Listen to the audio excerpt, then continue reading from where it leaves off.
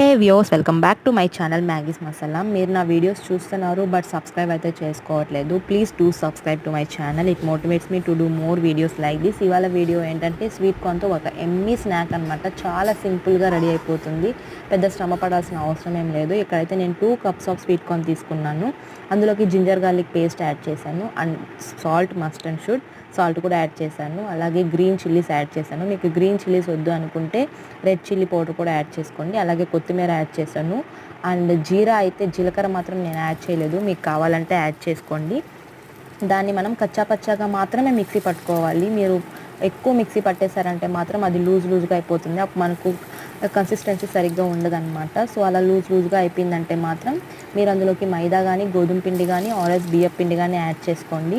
మనకు థిక్గా ఉండాలి కన్సిస్టెన్సీ, అంటే లూజ్గా ఉండకూడదు, థిక్గా ఉండాలన్నమాట.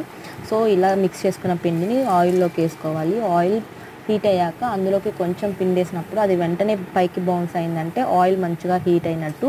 ఇది హైలో పెట్టుకొని మాత్రమే చేయాలి. సిమ్లో పెడితే మాత్రం ఆయిల్ ఎక్కువ పీల్చేస్తుంది, సో ఆయిల్ ఎక్కువ అయిపోతుంది. ఇలా వద్దనుకుంటే మీరు గుంట పొంగనాలు కూడా వేసుకోవచ్చు. నేనైతే ట్రై చేయలేదు, మీరు ట్రై చేయండి.